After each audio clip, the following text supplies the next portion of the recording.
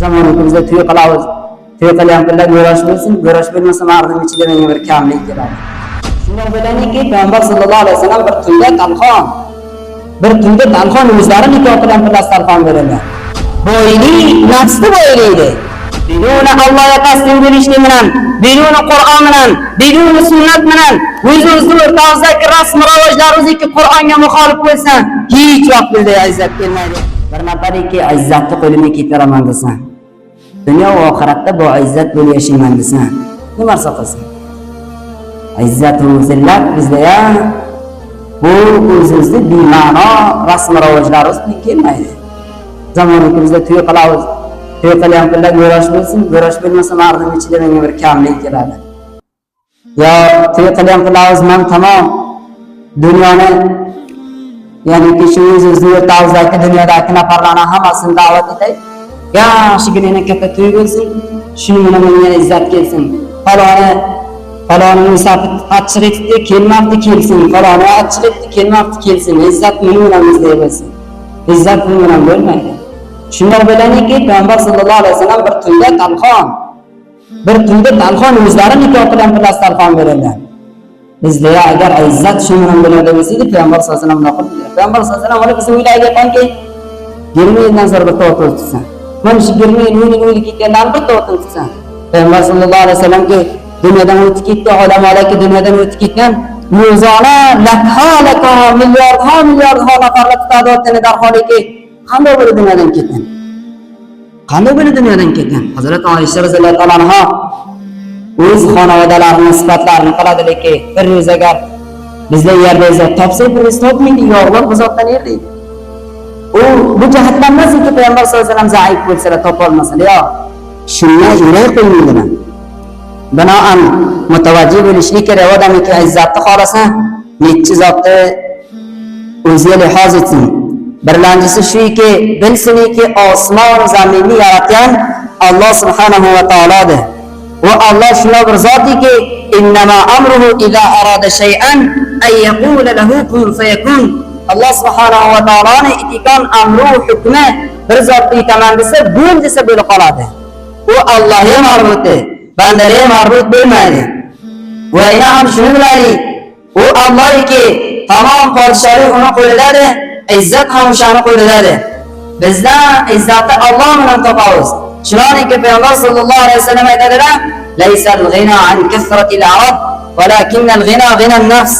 Boylik pul ko'p bo'lishlik bilan bo'lmaydi. Boylik ta'mir bilan bo'lmaydi. Boylik pul ko'p bo'lishlik bilan bo'lmaydi.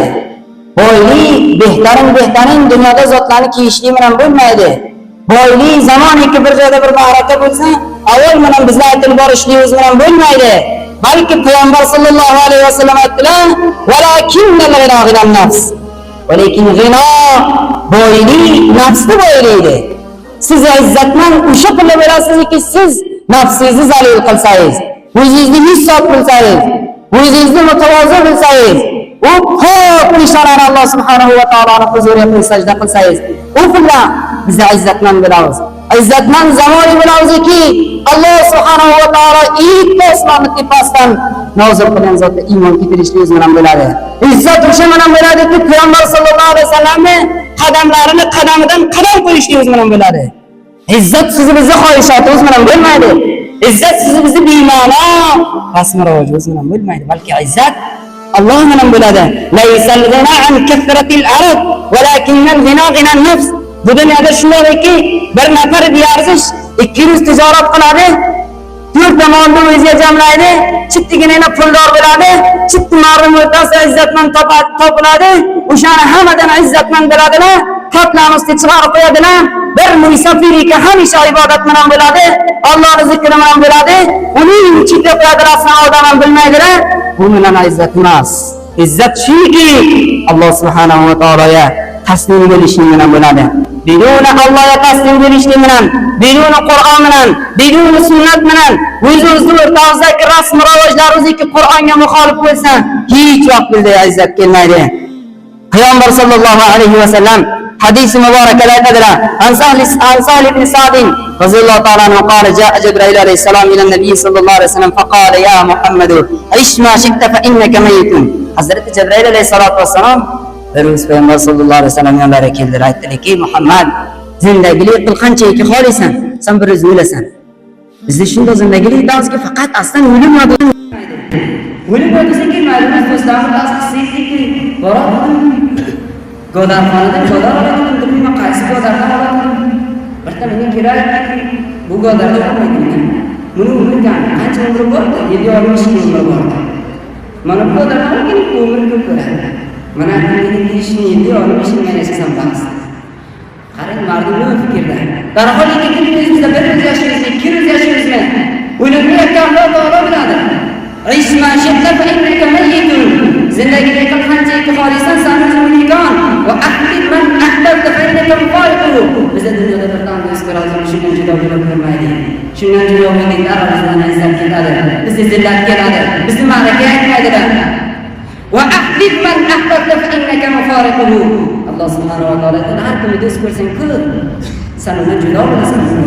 Bu do'stlikki rizoyat Alloh taolo uchun bo'lmasa, dunyo uchun bo'lsa, ma'raka uchun bo'lsa, siz undan judo bo'lasiz. Sizda halokatga sabab bo'ladi. Magar bu do'stlik sizga to'g'ri qiladi. Bu do'stlik sizni rohi qalbga o'tkazadi, rohi sunnatga o'tkazadi. Shuni siz qadar etasiz.